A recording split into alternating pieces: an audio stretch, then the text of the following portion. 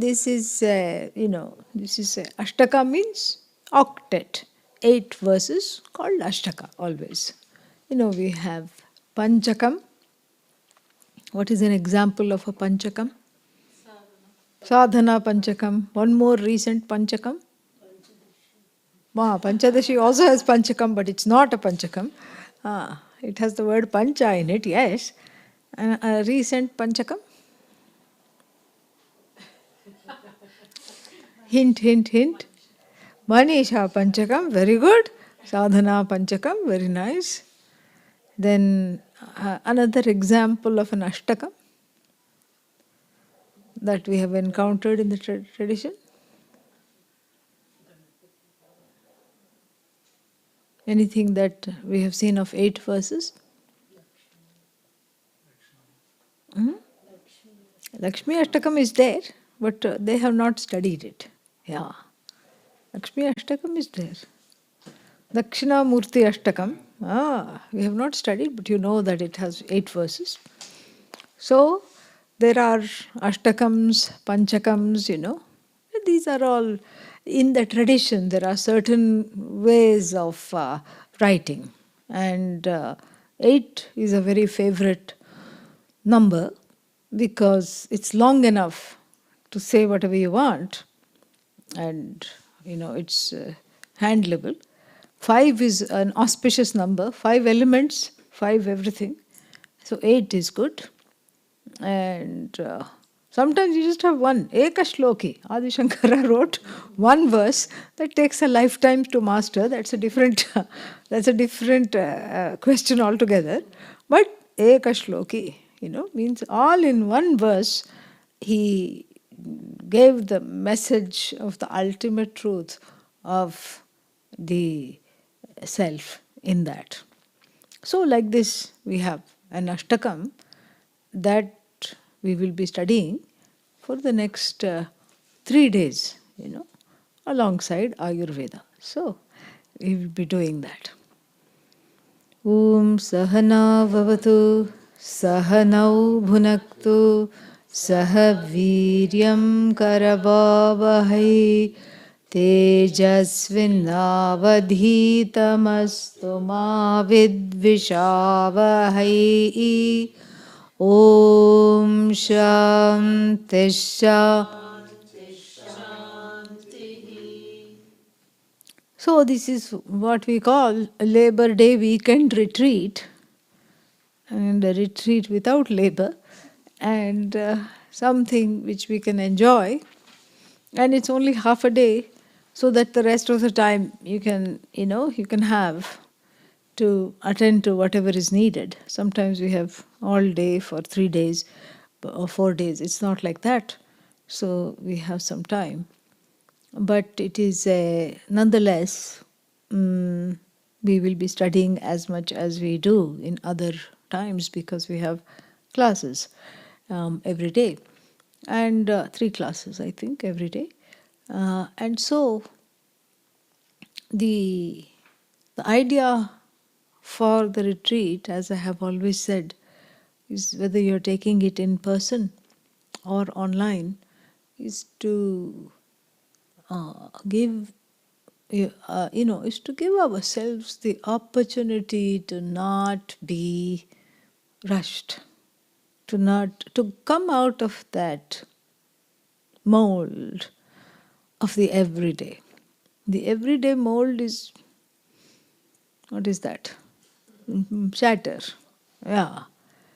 It says outside chatter, or if the outside chatter is stopped because whoever you are visiting, they went away, what you are left with? Inside chatter. So this is an opportunity to allow that to stop, because the chatter comes because of some fear, some way to fill up the time, some swabhavika buddhi. Just a kind of one is in a rut. And so the retreat offers a very powerful opportunity to come out of that. Because half of the day we are studying whether we are studying Ayurveda or whether we are studying Vedanta, we are intensely studying, and to do that, we need a focus, and for that focus, other things have to go. All that mind chatter automatically goes. So this is a certain kind of a opportunity to allow oneself to let this chatter be. So this is what the whole thing is. And so uh, we for this weekend we emphasize the study along with inviting some internal quietude. Otherwise, it's just the mind keeps on going, and because the mind keeps on going, then the speech immediately follows because they are both very good friends. Yeah, Vak and Manas. Yeah, they love one another. It's a marriage made in heaven. And so, if Manas is active, Manaha is active, then the Vak gives words, you know. Vak says, I will express what you feel because you don't have a tongue. And so, like this, the tongue is something which has to be managed very well because it is both an organ of action in terms of talk, and it's also a jnanendriya, a sense organ, correct? Yeah, for taste. Speaking of which, Vasanti is going to be bringing delicious food, and Harinder and Ramagiri, they're all bringing nice food. So, you know, uh, even though the tongue keeps quiet, it'll have some other way of assuaging itself. It'll be made happy, and therefore it's an important indriya, and it's an important organ of action, karmendriya and jnanendriya, to have a say over. And that internal quietude is not attained by keeping maunam. That's not, yeah, it doesn't come. In ashrams, people go around with a little board on the neck. I am keeping maunam. All you have to ask them is one question: since when? Oh, yesterday, they will talk. So, because it's like, you can't force a person to be contemplative. And you can't force a person to just, stop the mind chatter. It's a practice. And that is the practice. And along with Vedanta, it comes naturally. But then as it's coming, one feels anxious, and then one starts to, fill up the time and everything. From the time to the tummy, one keeps filling up, then nothing will happen. So therefore, a little, this is an invitation to quietude, because when that quietude comes, when we allow it to come as part of our sadhana, we are not enforcing, because that enforcing would be that artificial maunam. Here, it is more of a vak tapas, And so when that comes, then, everyone becomes a totaka, as we will see here. Yeah. So Totakacharya, the student of Adi Shankara, who later on went to become the first Acharya of the Jyotirmat in the Himalayas near Badrinath, near the shrine. So he became the first Acharya of that mutt, and he was a student. Adi Shankara had four, very highly qualified disciples who went ahead to write, great things. We have already studied one work by one of his disciples. What was that? You can't forget because we have studied it twice. What was that? And who was the student? We have lots of time. I'm not worried. Huh? Hastamalaka. Hastamalaka. Very good. Yeah.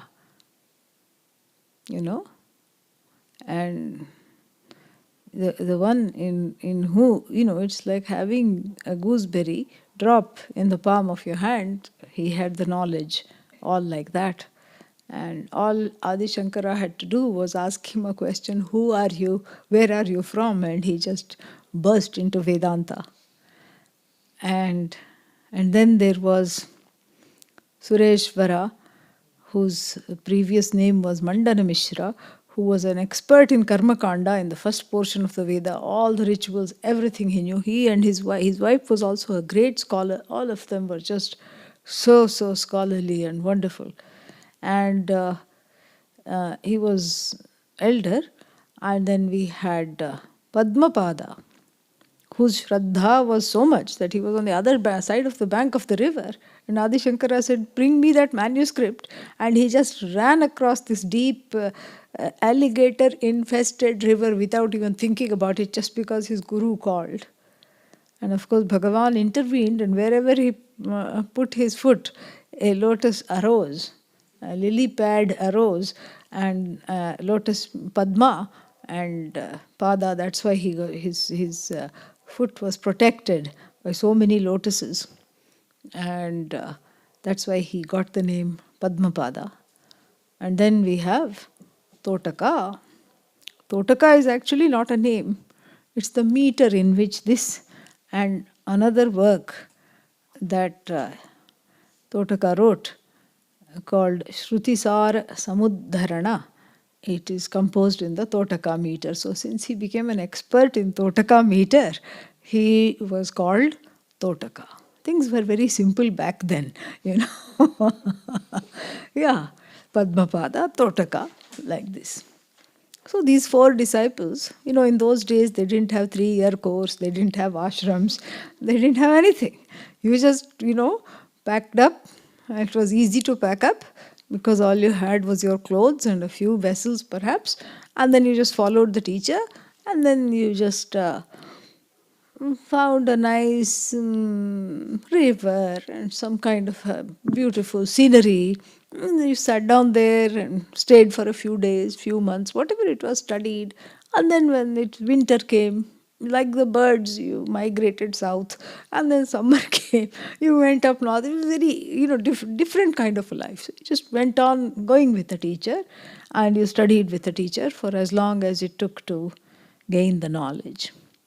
And, you know, this is what they were doing. And Totaka's previous name was Giri. His name was Giri. And he was seen as a dumbo. Yeah, nobody took him seriously, you know. He came late to class, you know, strike one. And then when he came late to class, okay, at least did he sit and pay attention? No. You know, he was doing other things.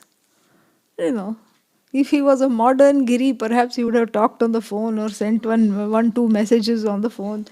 But in those days that was not there. But he didn't particularly seem interested in the knowledge. And he was not writing notes at all. Some people here may be feeling good. Okay, I am also like Totaka. I also don't come to class occasionally. And when I come, I'm late. And when I come, I sit in the back. And you'll never find me with a notebook, you know. Under any circumstances, they may be feeling, you know, very vindicated. But not yet. You have to prove to me that you are like him. Ah. You can't just suddenly feel vindicated just by the outer circumstances. So he didn't seem to be, you know, interested in the teaching at all. But he had great devotion for the Guru. Oh my God. And in fact, there was a little competition going on between him and Padmapada. See, even in those days, that's how it is, you know. That's how it is. And so there was a little competition, you know. Padmapada would make the cake, he would put the cherry on top, and then, you know, he would, one would do something, the other one would do something. So that's how it was going on. So Padmapada was also, as I told you, very devoted. They were all very devoted. It just, the devotion takes different forms, you know, it's not the same Everybody cannot be expected to be devoted in the same way. And so now there was a little sibling rivalry happening between the both of them. And Padmapada was very proud of his erudition. He had a little problem with pride, which Bhagavan took care of, you know. And he wrote one, Adi Shankara wrote a bhashya to Brahma Sutra, and he wrote the bhashya commentary of the commentary, called Panchapadika. And it had 5 parts, I suppose. So Panchapadika, he wrote this. And then he had, he had an uncle. Now we are not talking of Giri, we have digressed to Padmapada. Padmapada had an uncle who also wanted to be a great Sanskrit scholar. And that uncle, what he did was that he destroyed the book. They used to do those things then also. There was copyright stealing, there was destruction. But how did he destroy the book? Perhaps he let some goats eat it. That's all. Yeah. Possible, So first he lured him to his house and he says, you know what, you're going around with your guru and just eating roots and fruits. Come here, your aunt will cook for you nicely. Come and stay with us for a holiday. So he felt very happy and asked Adi Shankara's permission, can I go? Sure, go. So he went to uncle's house. So he thought, I'll get little fat and come back and, auntie will cook nice food. But uncle had other plans. Uncle, he took his, students never go without anything. Students will bring 2 suitcases of books wherever they go. Whether they read it or not is anyone's question, anyone's guess. But they will bring the books. Books will have a free trip and come back. So he took the manuscript with him, thinking he will edit it in between the meals. But what happened? Uncle destroyed the manuscript. And then he said, I spilled coffee on it, whatever he must have said, What to do? Oh, poor thing, your Panchapadika is gone. And, Padmapada was a very innocent being. And he said, no, uncle, I remember everything here. Each and everything I remember here. I just need more that palm leaves and I will write again. No problem. Adi Shankara's student, of course his Medha Shakti was fantastic. I'll write again. Then uncle said, a little more intervention is needed here. So the uncle suddenly said, I have to go for a trip to the forest. Was gone for 2-3 days and brought some medicinal herbs and ground them up in the drink and gave. That made him mad. He was ranting like a madman. And Adi Shankara, sitting somewhere, got a wind of this.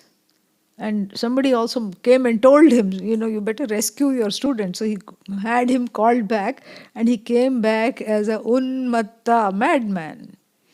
And Adi Shankara cured him. And then, in fact, the manuscript was never written again. What we have of the manuscript was rewritten through Adi Shankara, who had read it, his memory. So the guru wrote what the student had wrote, what he recalled.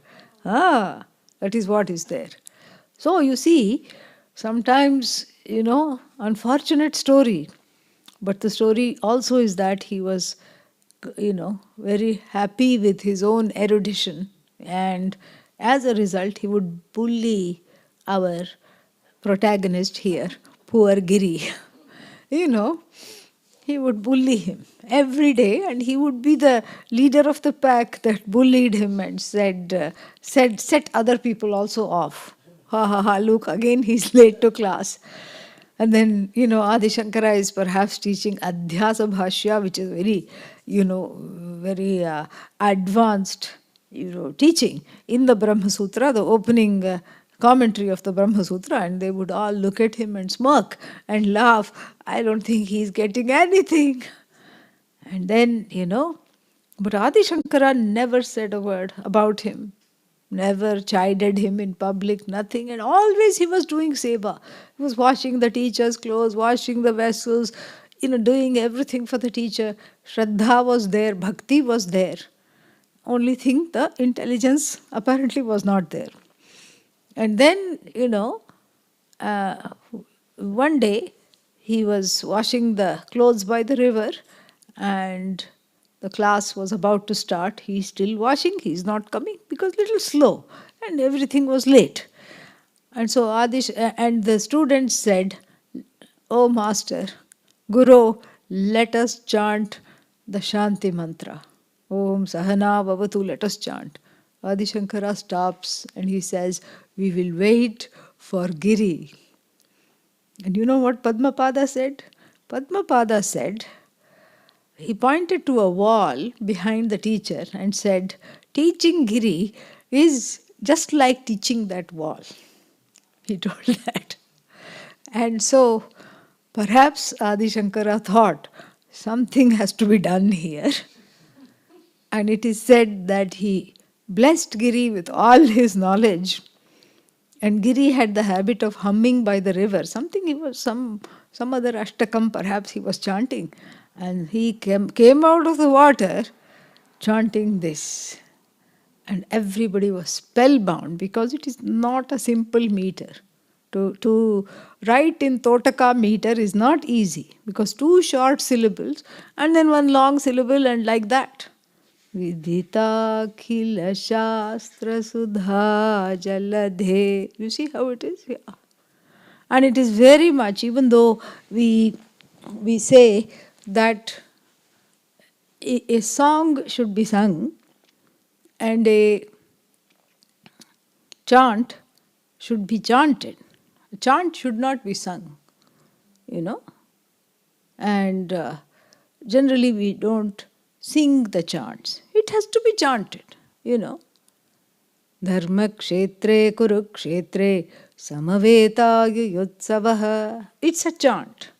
You can't you can't elongate that endlessly. There are certain rules about this. And same thing, Veda, it has certain swara marks.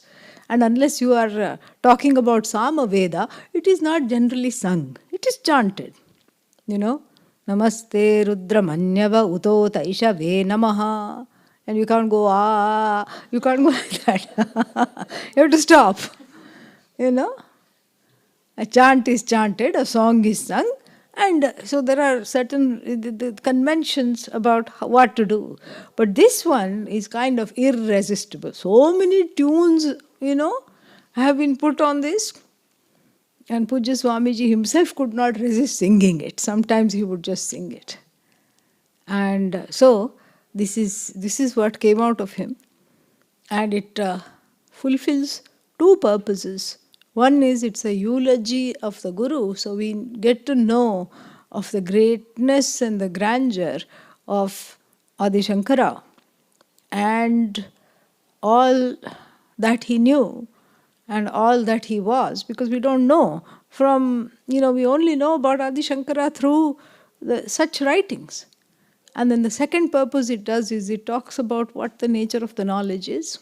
It's wonderful. So both those things it accomplishes very, very well. And so this is what the Ashtakam is. We'll chant it first and then we'll start looking at the meaning.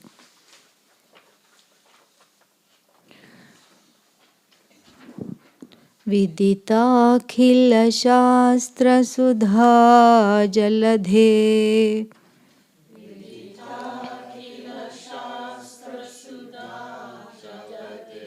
Mahitopanishad kathitartha nidhe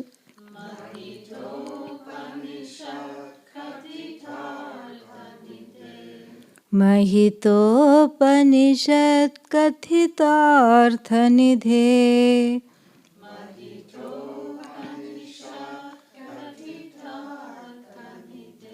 Hridaye kalaye vimalam charanam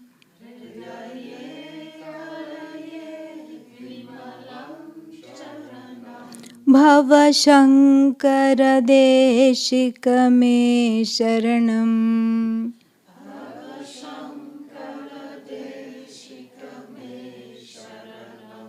This seems to be a little difficult. Yeah, we'll try another tune. That's why there are so many tunes. Maybe this will be easier. Let's see. We'll go back to this, but until we get this, we'll try another tune. विदिताखिल शास्त्र सुधा जलधे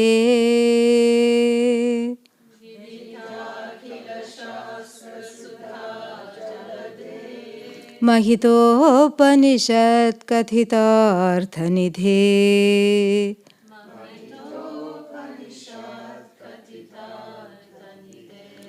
हृदये कलये विमलं चरणम्।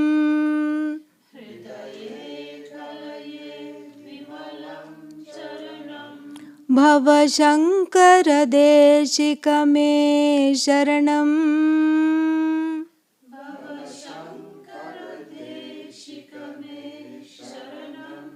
भव शंकर देशिक मे शरणम्।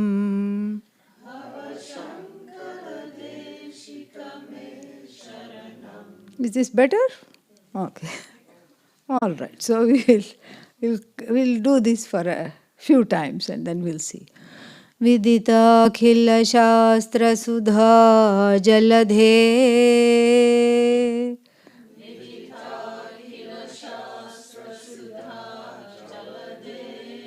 महितोपनिषत् कथितार्थनिधे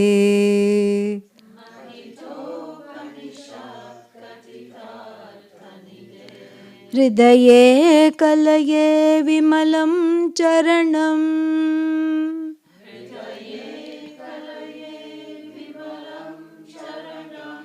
भव शंकर देशिक मे शरणम्।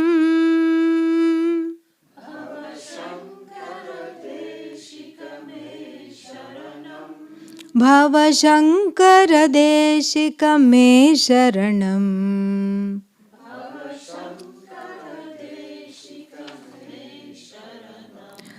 करुणावरुणालय पालय माम्।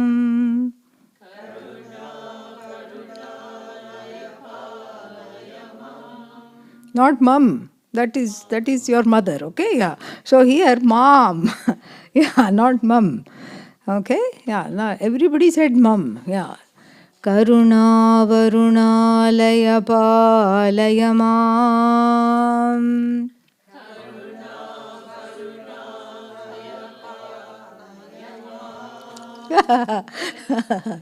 It was like one of those, what do we say? Songs where some people are saying something and then round. It was almost like a round, yeah. करुणावरुणालय पालय माम्।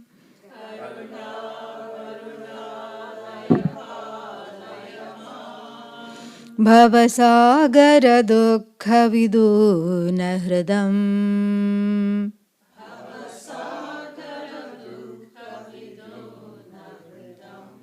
रचयाखिल दर्शन तत्त्वविदम्।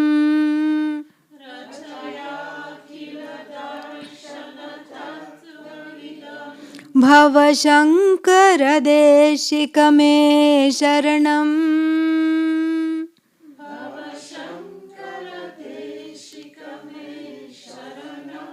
भव शंकर देशिक मे शरणम्।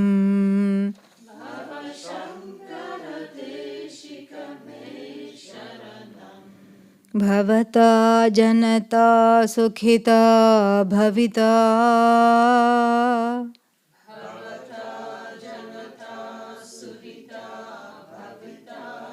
निज बोध विचारण चारुमते।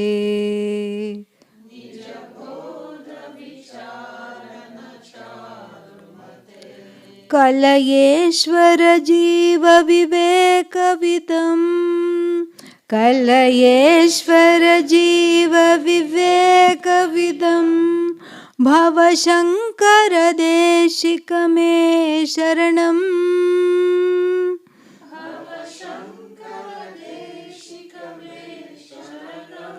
भवशङ्कर देशिक मे शरणम्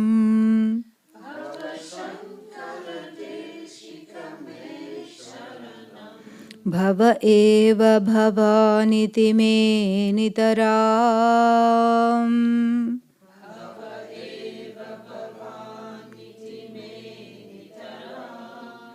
समजायत चेतसि कौतुकिता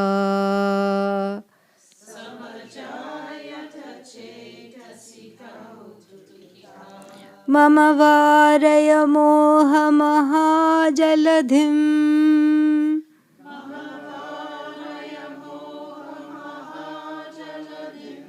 भवशङ्कर देशिक मे शरणम्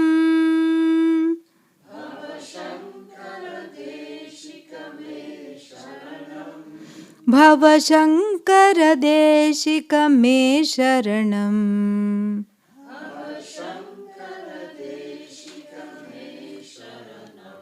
सुकृते धिकृते बहुधा भवतो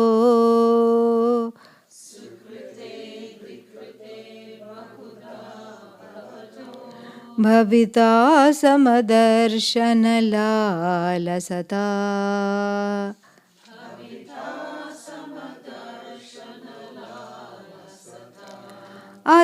अतिदीनमिमं परिपालय माम्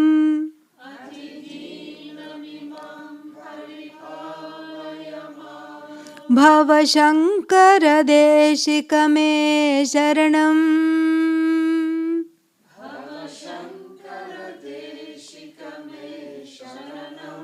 भवशङ्कर देशिक मे शरणम्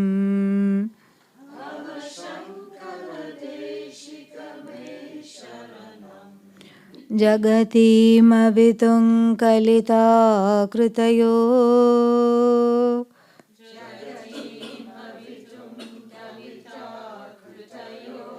विचरन्ति महामहसश्चलतः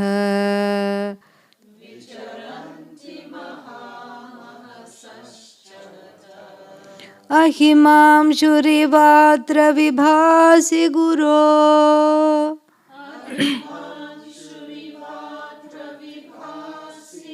विभासि गुरो भवशङ्कर देशिक मे शरणम्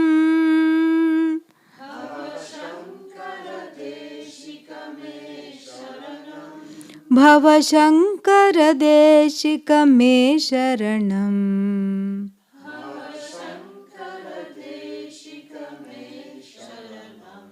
गुरुपुङ्गव पुङ्गवकेतनते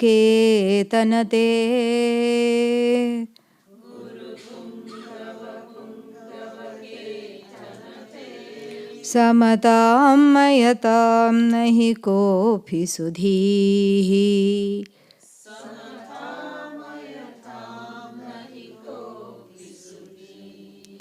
शरणागतवत्सल तत्त्वनिधे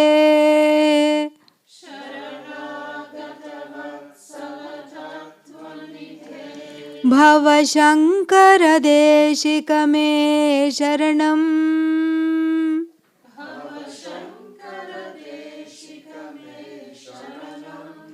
भवशङ्कर देशिक मे शरणम्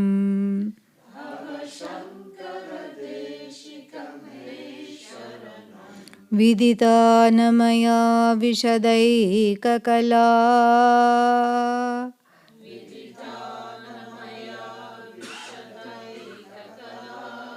न च किञ्चन काञ्चनमस्ति गुरो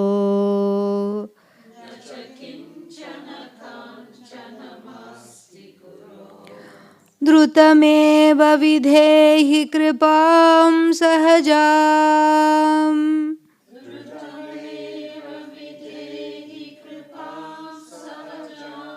भवशङ्करदेशिकमे शरणम्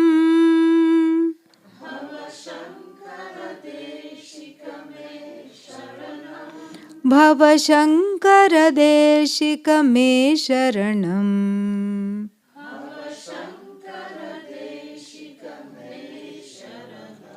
And we'll chant it every day. So by the end of this, you will know this one. Okay? Yeah. Viditakhilashastra jaladhe. First verse, yeah. Viditakhilashastra jaladhe mahitopanishad kathitarthanidhe.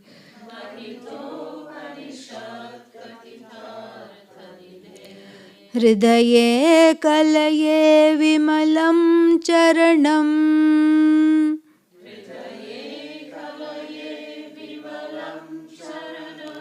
भवशङ्करदेशिकमे शरणम्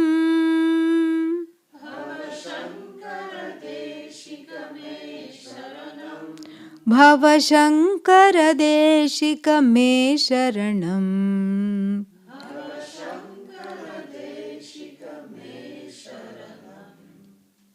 So we'll see the last line first. Shankara.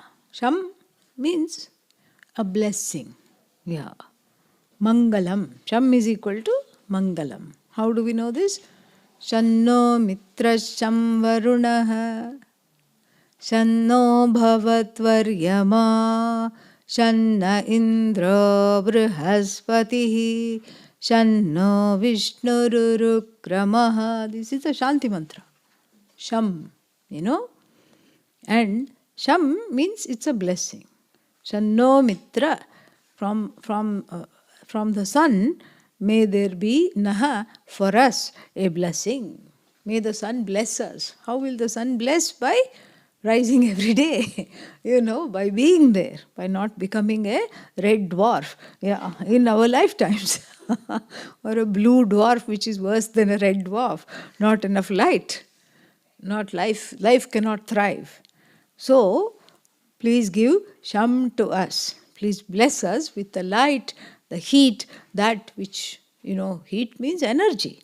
That solar energy which makes the plants grow, upon which we feed. Either you eat the plants or what else? You feed the animal and eat the animal, It's a roundabout way. So, Oshadhibhyo annam.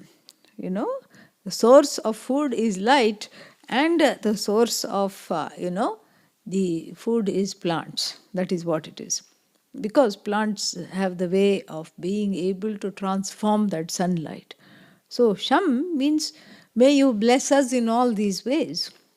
And so there are so many blessings. The sun being there is a blessing. Varuna, the rain being there, is another blessing, correct? And Aryama, all the ancestors. May you bless us, ancestors watching over us and giving a blessing. And that is also a blessing. And all these are blessings. And so the one who is in charge of all these little and big blessings is called Shankara. Sham karoti iti Shankara. Shankara. And even though this is addressed to Adi Shankara was seen as an incarnation of Lord Shankara. And if you see his life story and all that he was able to accomplish, it is nothing but a big blessing. So the whole Sham belongs to the word Sham belongs to Adi Shankara because of the life that he led. And then if you look at why, so the first reason is the one who is in the source of all blessings. The sun can only bless with light and heat and, what is that, solar panels. But, and the air can bless in certain ways. The air cannot do what the sun does. The Varuna cannot do what the air does. Correct? But the one who is deploying all these elements to do their job of blessing is Shankara here. And so that is one meaning of the word Shankara, the one who is there in the form of the Jagat and blesses all the Jagadvasis, all the people who are in the Jagat, who are crying. What are they crying? Trahimam, Pahimam, save me, help me, and I'm completely gone. That's what they are crying. And so the one who blesses through giving people what they want. Maybe not what they want, but certainly what they need. And this one, Lord Shankara, Lord Shiva, is called Ashutosha. Ashutosha means very quickly satisfied. You do one arati, enough. With Vishnu, he will say next. What's going to happen next? Or kya? Only one laddu. Where are the other 55 laddus? Chappan bhog, you have to give 56 varieties of food you have to make. And, Lord Shiva is just, mendicant, with all the, what is that called? Vibhuti and this and that. And so you give patram, pushpam, phalam, thoyam, give water and a leaf and say, this is all I have, akshatan tamarpayami for everything, we substitute, Yeah. Nobody has anything. So naivedyartham akshatan samarpayami. Instead of naivedya, no prasad. Today, don't do that. But the temptation is there, Why I could say vastrartham akshatan samarpayami. If instead of clothes, you please take akshata. Why not naivedya also? Thought will come. But let it just be a thought. And don't execute it. So this is, Shankara very easily pleased and gives the devotee the blessing of whatever they want. And devotee means what? What do they want? What do people want? Oh, I want, money. One says, oh, I want lot of, learning. Another says, third one says, I want both. Why I should settle for one? And the fourth one says, I don't want to just, I just want what I want. This is what I want. I want this particular house. I want this particular kind of child. And, and I want this kind of old age. I want this kind of a dinner. I want this kind of a lunch. So many prayers. I want security for my family. I want them to thrive. I want, all these prayers are there. So the one that just blesses here is called Shankara. This is what they want. But this is not an ultimate blessing. Correct? Because as soon as you give the blessing of abundance, then what happens? More you need. Because in one day, the markets crashed. Don't think that can't happen. It has happened in our very lifetime. 2008, that's what happened. Market crashed in one day. One day everything was fine. Next day they woke up, it was all just gone. And so if they had prayed for abundance the previous day, what happened? Next day again you have to pray for abundance. In fact, more fervently, because this is not just you overspent your earnings. This is the whole world market crashing. So all your slavings have gone, Yeah. And so therefore, this kind of an abundance, you have to keep praying. And so the hungry fellow will pray, and then what? 2 hours later, hungry again, has to pray again. So this is not really sham, is it? This is not sham. It is just a sum, that's all, little bit. Yeah. So it is not sham. Sham means, you have to be full. But the hungry fellow praying for food or praying for a full tummy, the tummy is only full until the next meal. And the desiring person praying for the desire to be fulfilled, the desire is fulfilled only until, not the next meal, the next desire comes to being. It's noticed in the head. Desirely is like hair on the head, Doesn't go anywhere. And it just keeps growing. And then, this is what the whole thing is. And so, the sham is the word Shankara, interestingly. is given the word Sham, is to wield in his name, even though he is known as the destroyer, not so much the giver or as the destroyer. And in fact, what does he destroy? What can he destroy? What can Bhagavan destroy? Huh? Ignorance. Really? Ego, ignorance. That's really the only, because he can only destroy that which can be destroyed. Other things cannot be destroyed. No, but what about the Jagat? Who said Jagat is there? Ah, you know, Vismriti Prayah, Adi Shankara says, somewhere it's best forgotten. Most of the time you don't even know where it is. It's mostly there here. It's a projection. Yeah. And so you can't say that the destruction is not equal to Sham, because only when my raga dveshas are destroyed, I'm happy, correct? Because when there are a lot of preferences and prejudices lurking in the heart, such a person is not happy anywhere. You take them anywhere. First of all, you can't take them anywhere because, they're not happy. They're just not satisfied or fulfilled. You take them anywhere, they'll find fault.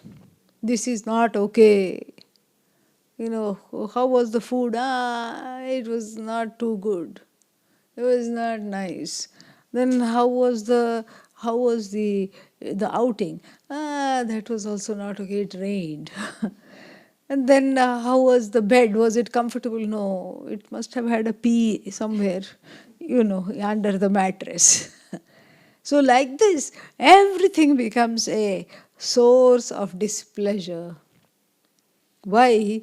Because that source of displeasure is here, not in the Jagat. That's why I said, really speaking, the Jagat cannot cause problems for us because it is a benign manifestation of Bhagavan. It's a benign manifestation as Bhagavan, really. It's non-separate from Bhagavan. How can it give you a heartache? It cannot. The heart aches because it has too many raga dveshas inside it. The fellow cannot adjust anywhere. You take them even to Brahmaloka, they will say this cloud, they are sitting on a cloud there, and this cloud is too wet, this one is too dry, they will find fault. Brahmaji is not very good looking, they will find fault with Bhagavan also. I can only see one face, he has four, I have to do pradakshina of him to see the other three. All these thoughts will come. Why? Because one has nurtured and watered. There is one, what is it called? Fertilizer. Miracle. Miracle, huh? Grow. Grow. Correct. Miracle grow. And this Ragadvesha responds to that very well. So from childhood, this fertilizer is operated, and miraculously they grow. That's why it's called miracle grow, because it's like each, and what is the miracle grow for the Ragadveshas? The miracle grow is giving into them each and every time. And nowadays, in early childhood education, the parents are being told, practice delayed gratification. Meaning, if the child asks for something right now, don't give it right now, give it after 1 year, give it after 2-3 months, give it after 2-3 days, but don't give it yet, because they found that this, group of generation, some particular generation X or something like that, they found that they have a hard time adjusting to life. They are not well adjusted citizens. Why? Because they had parents who were working all the time, and then the parents felt guilty for not being with the children, so they assuaged their own guilt by giving them whatever they wanted. Because they didn't feel that bond, because they had to go to work, and so they had to feed the family, they could not be at home, and then they ended up over permissive parenting, and the children grew like wild seeds, like dandelions in the universe, and very difficult to adjust, because the world is not going to give you what you want. In fact, what you don't want is going to come most of the time. And we have a very nice name for it, karma, K for karma. That's what it is. It's not easy to get what you want. It's not easy to do as you like. It's not easy to be who you are. And so here the ragadveshas take root.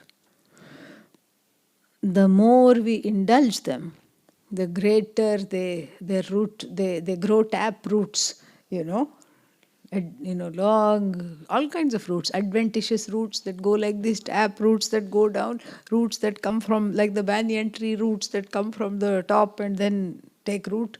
So like this, when the ragadveshas take hold of the heart, then nothing can help except Shankara. Shankara.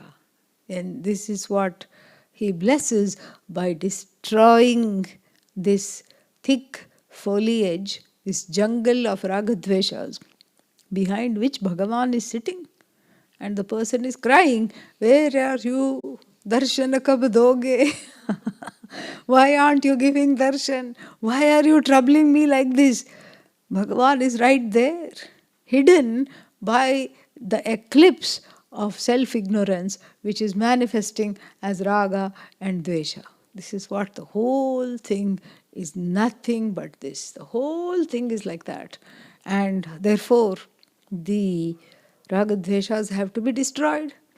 And what is holding the ragadveshas is an ignorant mind, so the ignorance has to be destroyed.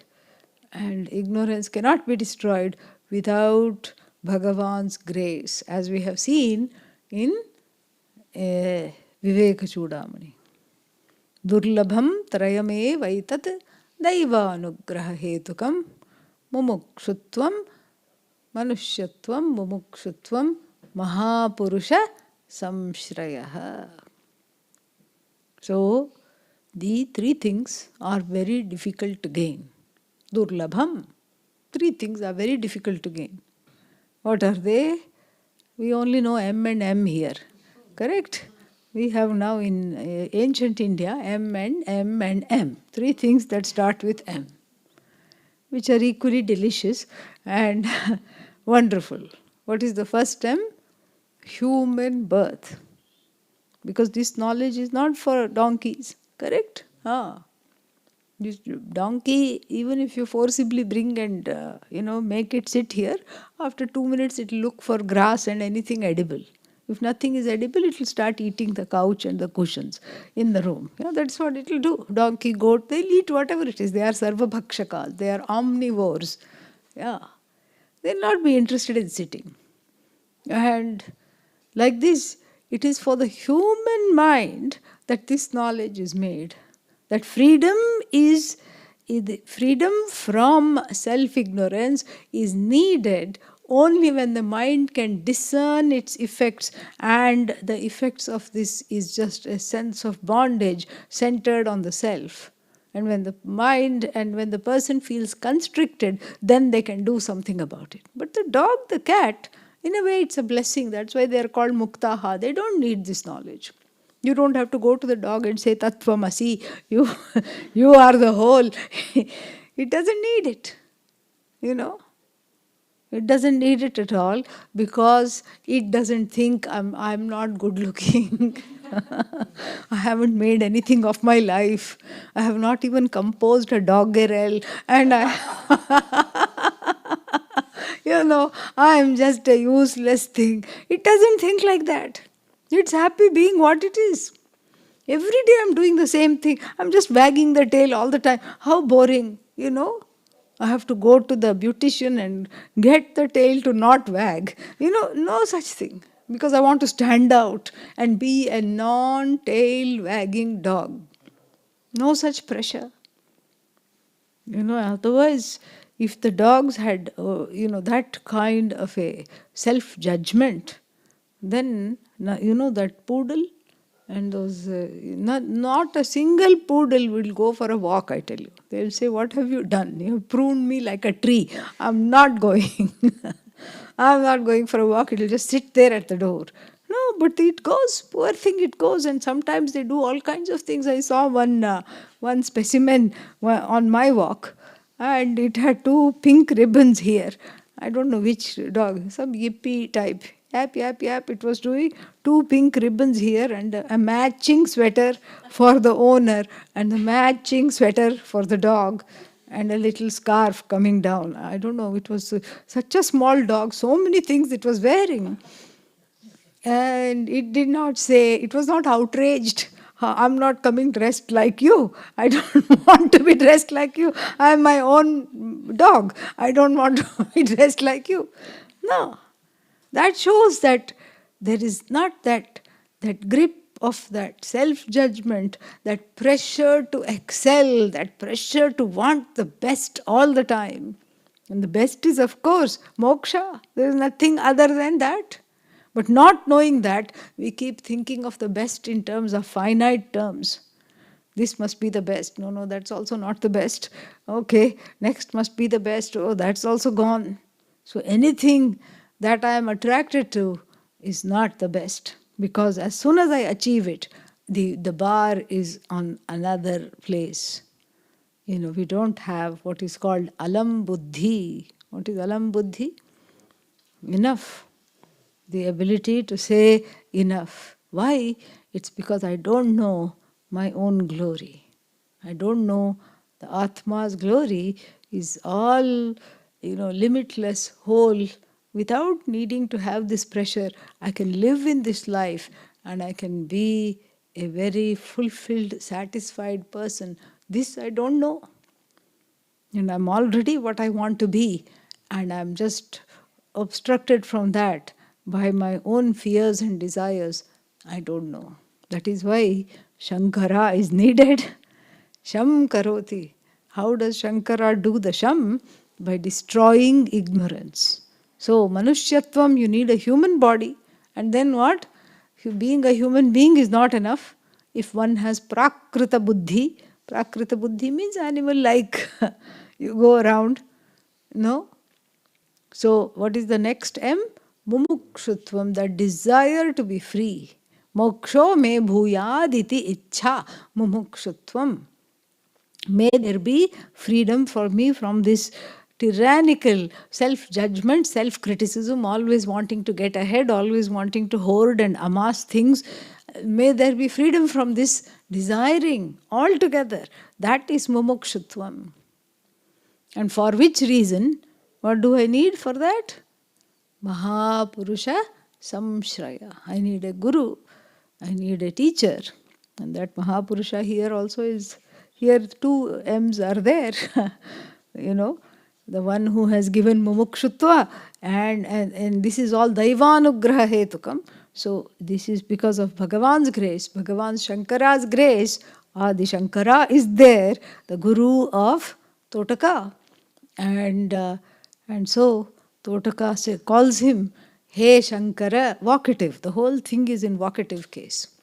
He Shankara addresses him, O Shankara. And what does he? There is a little epithet. Bhava Shankara. Bhava Shankara, one word. Bhava means samsara. Very interesting. Bhava means samsara. And why is he calling his teacher samsara teacher? He's not calling him samsara teacher. Bhavasya Shankaraha. The one who is manifest as the universe. Namo Bhavaya cha Rudraya cha. Yeah, there is, Lord is called Bhava. Bhavaya Namaha. Bhavalingaya Namaha. This Lord is Bhava. Bhava means the one Prabhava, the one who has miraculously, as it were, become, quote unquote, the universe, who is manifest as the universe. Bhava. So this is, the Lord is Bhava, and this Bhava is, this Bhava is Shankara alone, Bhava Shankara. So that's one meaning. Bhavasya Shankaraha. And then the one, Bhava is samsara, is the pain and the sorrows of the universe, second meaning. Bhavaya Shankaraha. So you can have 6 TP, Shashti Tatpurusha, Bhavasya Shankaraha, Bhavashankaraha, or very rarely used, Chaturthi Tatpurusha, Bhavaya Shankaraha, Bhavashankaraha. Bhavaya means for the sake, because there is samsara, I need you. The one who, for the sake of removing bhava, bhavaya, for the sake of this samsara, I need this teaching. Please come and do Sham, Shankara. Please come for some Sham. And what is this Sham? This is the final blessing, ultimate Mangalam. You see, we have in every performance, we have in Bharatanatyam, in the dance performance, they will do one Mangalam at the end. And then in the music, they will do one Mangalam. In the North Indian music, they will also always end with this Malkaus. That is a concluding, generally, raga. They will end with that. There is a certain way to end. And that end is Mangalam, finish. And end is always auspicious. Why? Because it's an accomplishment, you know. Yeah, when you finish something, you feel good. And but when is the end of samsara? Death is not the end of samsara. I wish, but it's not. Because what happens after death? Yeah, another body is waiting to contain all the desires that were unfulfillable this time. Yeah. So in fact, the desire, the force of the desires calls up the next body. Oh, that's what it is. It says, oh, somebody there, and it means it literally. You who? Somebody there, meaning somebody, is it there for me? So this Sukshma Sharira, this fellow, drops this body all right, with great difficulty, and then goes off. The Sukshma Sharira means the force of all the unfulfilled desires, powered by what? The mind, which is holding those desires, powered by the organs of actions and the jnanendriyas, everything. There are 17 things that make up the Sukshma Sharira, but all this is a vehicle, this is a ratha for the desires. And so it goes, and then it looks, because first desire is what? I want ice cream. That is the primary desire, meaning not the first or second in numerical order, but the force. The ice cream, is the greatest one.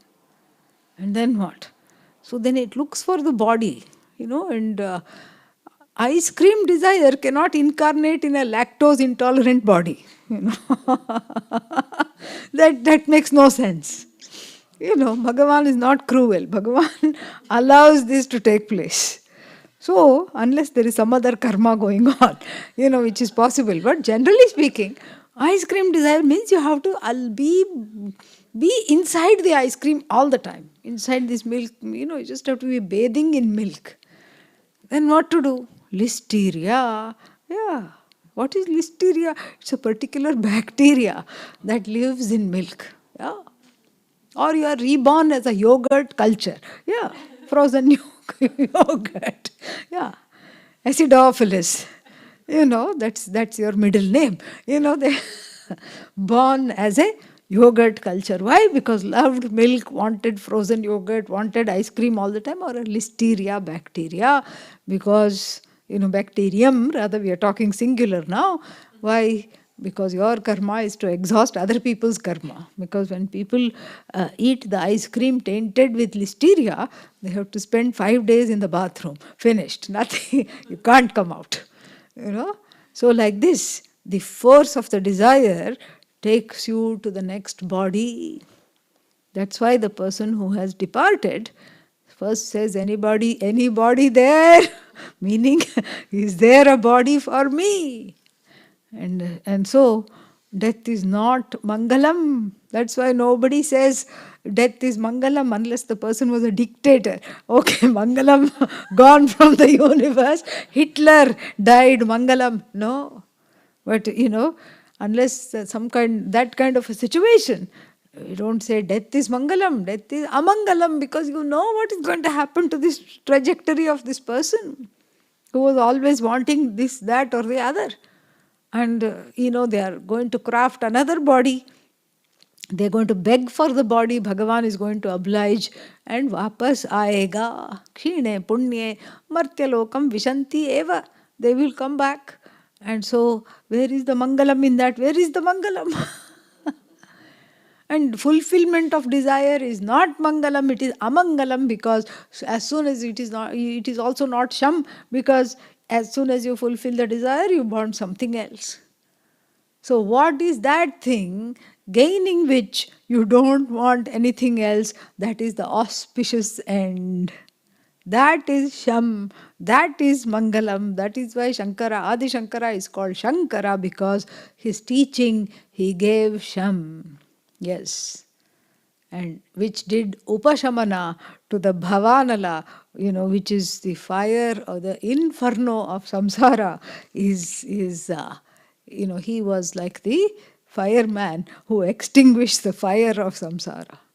Not that the embers were still there, no. Shh, everything gone.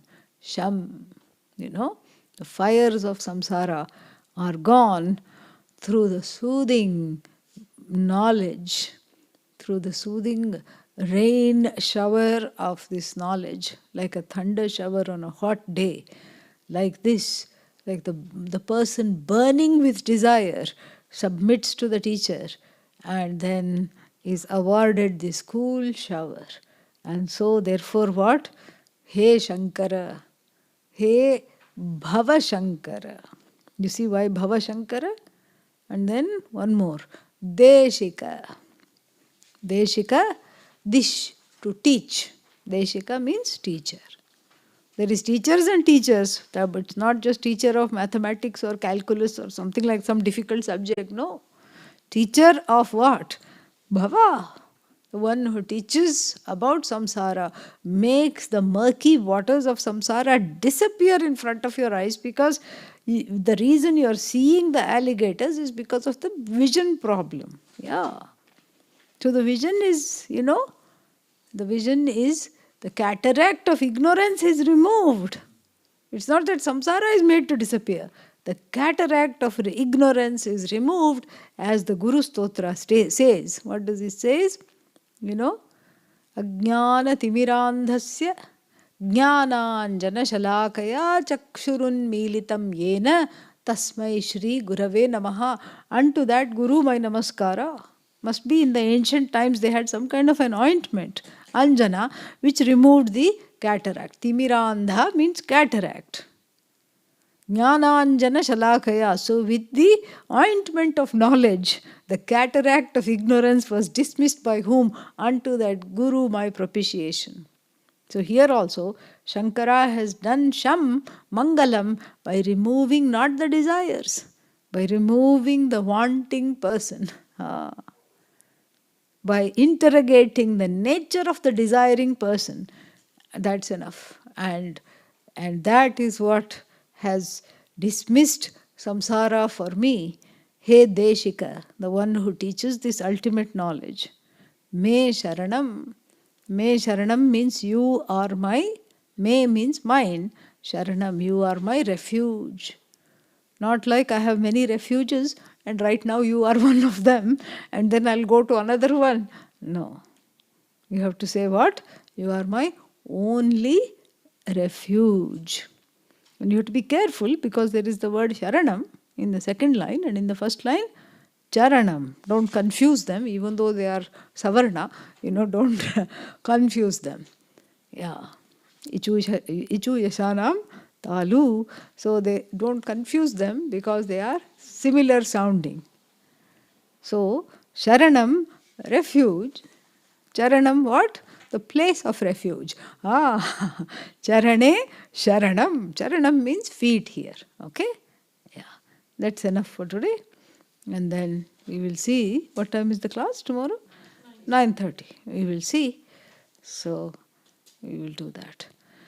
Om Purnamadah Purnamidam Purnat Purnamudachyate Purnasya Purnamadaya Purnamevavashishyate.